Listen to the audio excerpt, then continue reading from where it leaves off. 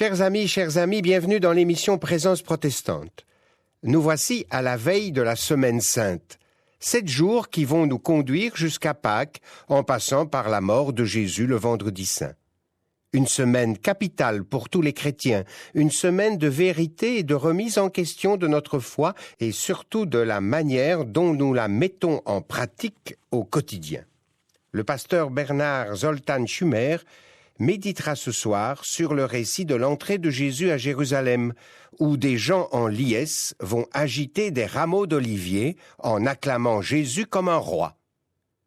Nous commençons par le rappel de ce texte tiré de l'Évangile selon Matthieu, chapitre 21, les 11 premiers versets.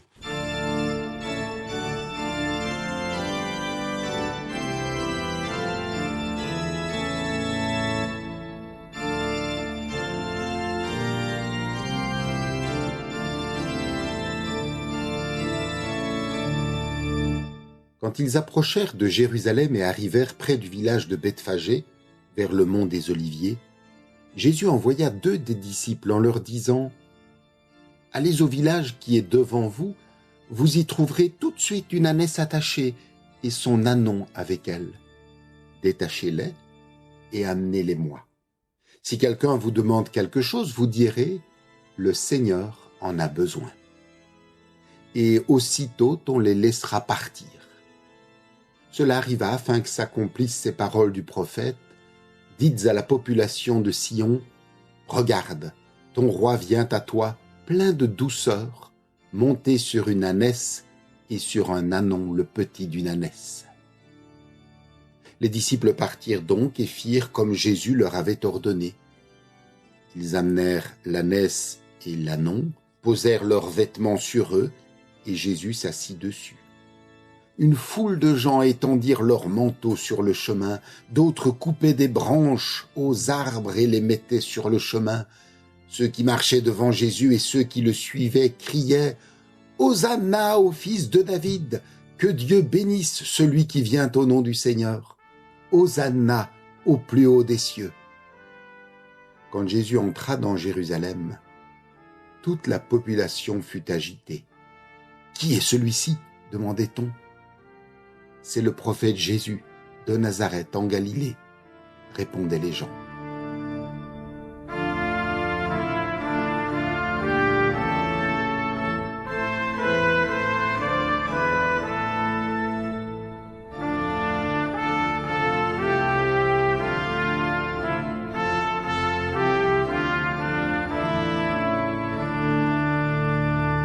Demain, c'est le dimanche des rameaux. Il s'appelle ainsi en souvenir de l'ovation que Jésus a reçue en descendant à Dodane sur Jérusalem. Dimanche des rameaux, en souvenir des branches, des rameaux de palmiers et d'oliviers que les disciples avaient coupés et posés sur le sol pour lui constituer un tapis royal. Je vous propose ce soir de nous arrêter sur ces quelques mots préparés à l'attention des propriétaires des ânes. Le Seigneur en a besoin. L'entrée à Jérusalem inaugure la dernière semaine du ministère public de Jésus. Tous les détails du récit de Matthieu sont vraiment imprégnés de réminiscences de l'Ancien Testament qui concourent à montrer que Jésus est bien le roi promis à Israël, le Messie venant vers son peuple. Arrivé à la montagne des Oliviers, que le prophète Zacharie avait désigné 500 ans auparavant comme étant le lieu de l'apparition du Messie, Jésus fait préparer lui-même par ses disciples la mise en scène de cette manifestation qui prend des allures d'une authentique prédication en actes. Jésus, qui s'est toujours dérobé à l'enthousiasme populaire jusqu'à là, se prête volontiers aux gestes et aux acclamations de la foule. Rendons-nous bien compte de ce qui se passe à Jérusalem ce jour-là. La prophétie s'accomplit. Et ce n'est pas une mesure de modestie excessive qui pousse Jésus à choisir cette monture insolite. Ce choix est porteur de sens. Jusqu'à l'époque de Salomon, En Israël, les rois montaient des ânes. C'est le roi Salomon qui a introduit le cheval en Israël. Jésus fait son entrée dans Jérusalem à dos d'âne, même si ce n'est plus la coutume alors, pour se conformer à la prophétie de Zacharie et pour faire comprendre qui il est vraiment. Mais alors, comment se fait-il que les Juifs présents ce jour-là et qui connaissaient par cœur cette prophétie, comment se fait-il qu'ils ne reconnaissent pas en Jésus le Messie tant attendu? Des siècles durant, les Juifs de la patrie et ceux qui habitaient à l'étranger s'attendaient à l'avènement du libérateur.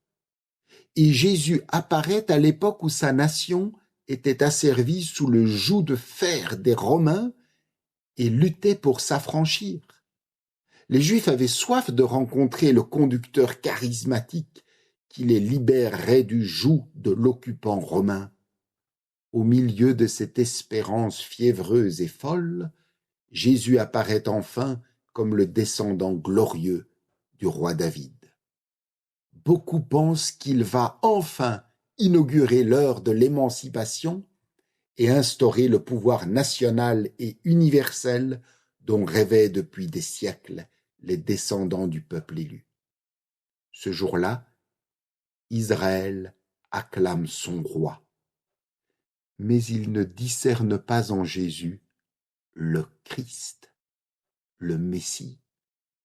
D'ailleurs, à la question des habitants de Jérusalem en émoi, qui est celui-ci?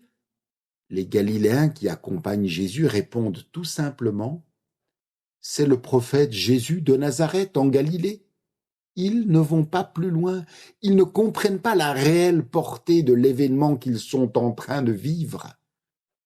Jésus est bien le roi, et c'est bien comme tel qu'il entre à Jérusalem, mais pas à la façon dont l'espèrent les hommes.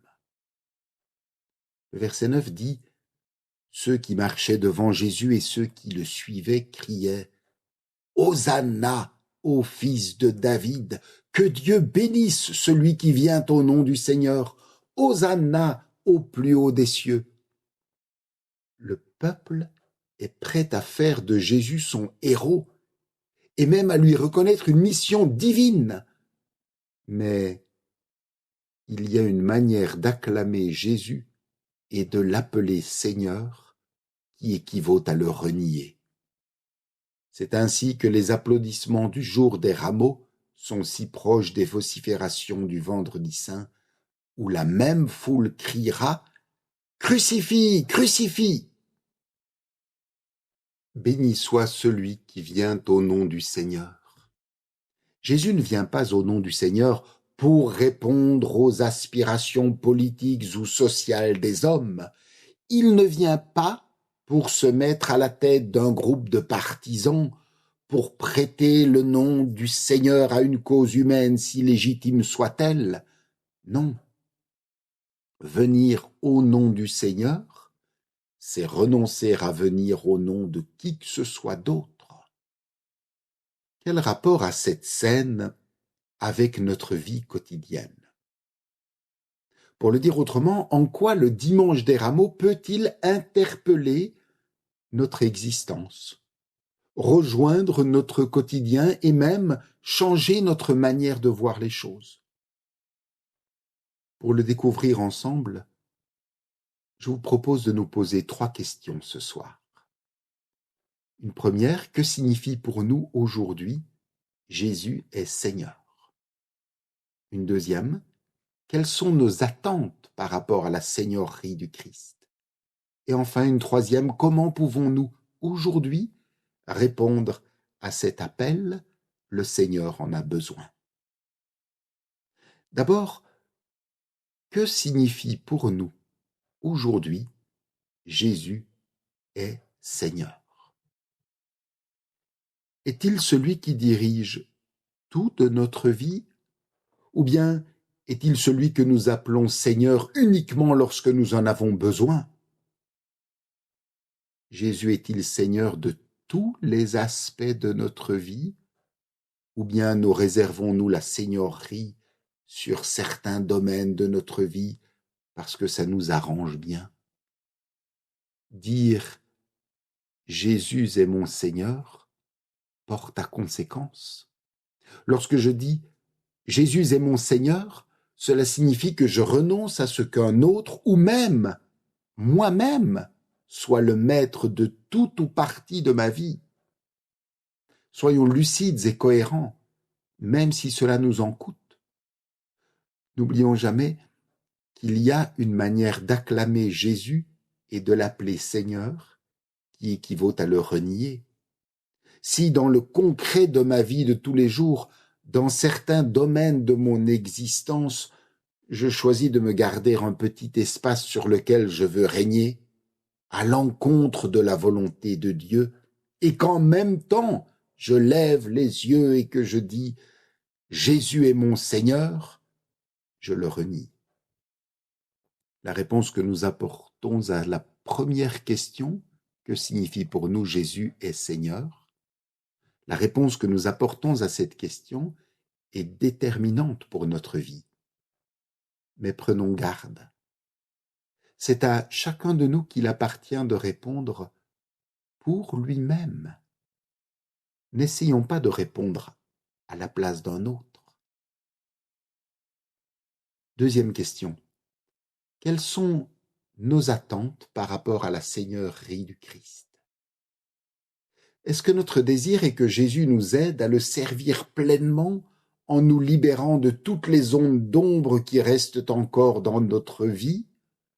Ou bien notre attente est-elle qu'il soit à notre service quand et comme nous le voulons? Les acclamations de joie du premier dimanche des rameaux de l'histoire ont vite fait place à des vociférations, car le peuple de Jérusalem voulait que le Messie soit à son service, qu'il réponde à ses aspirations, qu'il soit comme il l'avait imaginé. N'attendons pas que Jésus soit comme nous le voulons. Demandons plutôt à Dieu qu'il nous aide à vivre sous son autorité et à le laisser conduire notre vie comme lui le veut. Souvenons-nous de la première question, que signifie pour nous Jésus est Seigneur? La deuxième, quelles sont nos attentes par rapport à la Seigneurie du Christ? Et enfin, comment pouvons-nous aujourd'hui répondre à son appel? Le Seigneur en a besoin. Le dimanche des rameaux, Jésus a eu besoin d'une ânesse et d'un ânon. Les disciples ont obéi, même si la demande de Jésus aurait pu leur paraître bizarre. Aujourd'hui, Jésus a toujours besoin de nous tels que nous sommes, là où nous sommes. Cela peut peut-être nous paraître bizarre aussi. Pourquoi a-t-il besoin de moi? Je n'ai rien de vraiment particulier. Je ne suis pas resplendissant de joie. Je doute si souvent de moi, de mes capacités. J'ai tant de difficultés et la liste des griefs possibles est extensible à souhait. Mais une constante demeure, l'appel de Jésus résonne toujours aujourd'hui. C'est à chacun, à chacune de nous qu'il dit ce soir, le Seigneur a besoin de toi. Pour que le dimanche des rameaux ne reste pas uniquement le souvenir d'un événement marquant du passé, mais qu'il soit porteur de sens aujourd'hui, osons nous laisser interpeller par le Seigneur, qui nous dit à chacun, à chacune, « J'ai besoin de toi ».